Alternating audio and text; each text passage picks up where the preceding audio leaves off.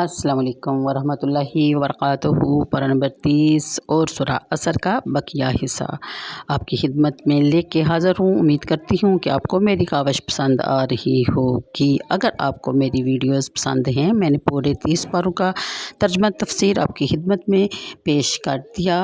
अगर आपको मेरी ये काविश पसंद आ रही है तो मेरे चैनल को सब्सक्राइब कर लीजिएगा। तो शुरू करते हैं पार्ट नंबर 2 गई। इनकी हसरतनाक अंजाम पर एक आँख भी तो नमनाक ना हुई, एक दिल भी तो सोगवार ना हुआ। फिर इन बदबख्तों की तबाही और बर्बादी पर न चश्म में फलक से कोई आंसू टपका और ना ही ज़मीन की आंखें अश्कबार हुई। हसकम जहाँ पाक कौम नूह को जब तूफ़ान की बिफरी हुई मौजों ने घेर लिया और सब के सब गर्क हो गए, तो इन जालिमों की बर्बादी पर कायनात ने हम्द बारी ताला के गीत गाए। बाज़ मुफस्सिरीन ने फरमाया कि वल असर से मुराद वो अहद हुमायूं है जब ये जहां मोहम्मद अरबी सल्लल्लाहु अलैहि वसल्लम के वजूद मसऊद से मुनव्वर हुआ।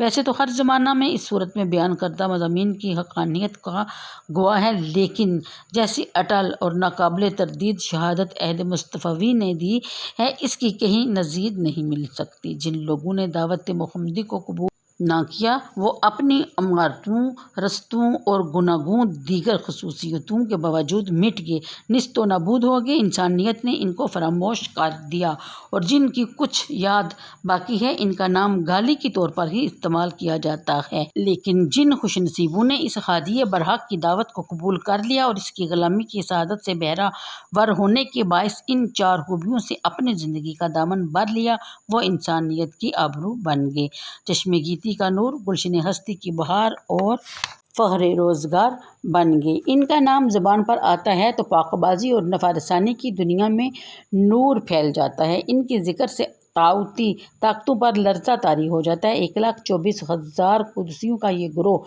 इनके नकूशपा को हिजर राह बनाने वाले कारवान इंसानियत की क़यादत का फरीज़ा अदा करते रहे हैं। उन्होंने अपनी लहलियत और खलूस अमल से इंसान की सर फ़ख्र को बुलंद कर दिया है। इसलिए अगर वल असर से अहद रिसालत मुराद लिया जाए तो नहायत मौजू होगा। फिर ज़िंदगी के इस कारोबार में हमारा सरमाया वक्त है और इससे बेश कीमत और अजीज़ उल कदर कोई दूसरा सरमाया नहीं।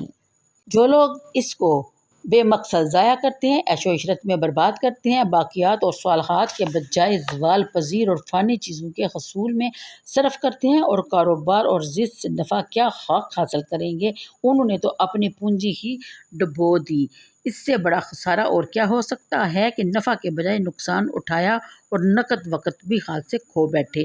कारोबार और ज़िद को असरे नो शुरू करने का मकान भी ख़त्म हो गया। आपने कभी इस मुसाफिर की हालत ज़ार को देखा है जो मंजिल की तरफ पीठ करके भाग रहा हो, सूरज डूबने वाला हो, रात की तारीकी चारसू फैल रही हो। फिर बयान फरमाया गया, अलबत्ता नूए इंसानी की वो खुशकिस्मत अफराद जिनमें मदरजा ज़ाइल खूबियाँ पाई जाती हैं, हकीकी फलाह का ताज इन्हीं के सर पर सजाया जाता है। पहली और अहम बात यह है कि वो सिद्के दिल से अपने रब करीम पर ईमान ले आएँ, नीज़ इनके परवरदिगार ने इनको हदायत और रहनुमाई के लिए जिस नबी को मबूस फरमाया, इसकी तस्दीक करें और इस नबी ने इनके सामने जो निज़ाम हयात पेश किया है, इसको तहे दिल से कबूल कर लें। दूसरी सिफ़त यह है कि अपनी ज़बान से जिस कल्बी इकान का उन्होंने इजहार किया है, मैदान अमल में उठने वाला इनका हर कदम इसकी तस्दीक करे।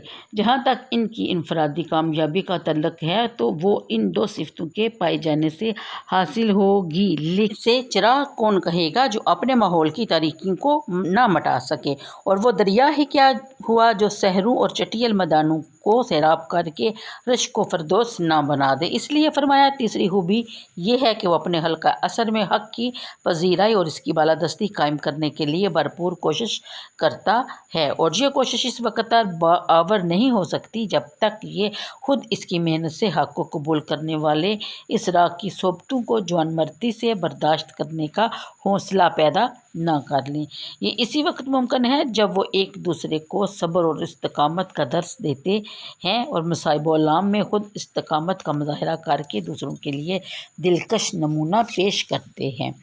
یہ صبر کامیابی کی اہم اور چوتھی شرط یہ ہے کہ اس سے مراد فقط یہ نہیں کہ آپ کو کوئی تکلیف آئے اور آپ گھبرائیں نہیں، بلکہ اس کے علاوہ نیکیاں کرنے پر صبر، گناہوں سے اجتناب پر صبر اور احکام شرعیہ کی پابندی پر صبر، ماحول کے دباؤ کے مقابلہ میں صبر۔ جب ایک ایسی امت وجود میں آ جائے گی جو ان صفات سے متصف ہوگی تو پھر حق کا پرچم ہمیشہ سر بلند رہے گا، کوئی طوفان اس کی سرنگوں اس کو نہ کر سکے گا، کوئی آندھی اس کی روشن کی ہوئی شمع کو نہ بجھا سکے گی۔ آپ ان خوش نصیبوں پر انسانوں کی سعادت مندی کا اندازہ لگائیں جن کی غرق ریزیوں، جگر کاویوں اور شب بیداریوں کے باعث حق کو قوت اور غلبہ نصیب ہوا، اور جن کی سرفروشی اور جذبہ اظہار خلوص نے اسے ایسی شمع روشن کر دی ہیں جن سے وہ راستہ جگمگا رہا ہے جو انسان کو اپنے حقیقی اور بلند منزل کی طرف لے جانے والا ہے۔ یہاں تواصو کا استعمال، اس کا تکرار بڑا غور طلب ہے۔ علامہ ابن منظور لکھتے ہیں یعنی کہ کسی شخص کا کسی دوسرے کو کسی کام کی تاکید کرنا۔ علامہ راغب اس کی تشریح کرتے ہوئے رقم دراز ہیں کہ کسی کو پند و موعظت سے کوئی کام کرنے پر ابھارنا یعنی نصیحت کرنا، یعنی اس کے علاوہ اس میں تسلسل کا مفہوم بھی پایا جاتا ہے، اور وہ زمین جس میں مسلسل کاشت ہوتی رہے اور فصلیں اگتی رہیں۔ اس تحقیق کی روشنی میں آیت کی اس جملہ کا مفہوم یہ ہوگا کہ حق کو قبول کرنے اور اس راہ میں پیش آنے والی مشکلات کا مقابلہ کرتے وقت صبر کا دامن مضبوطی سے پکڑنے کی تلقین اور تاکید کی جا رہی ہے۔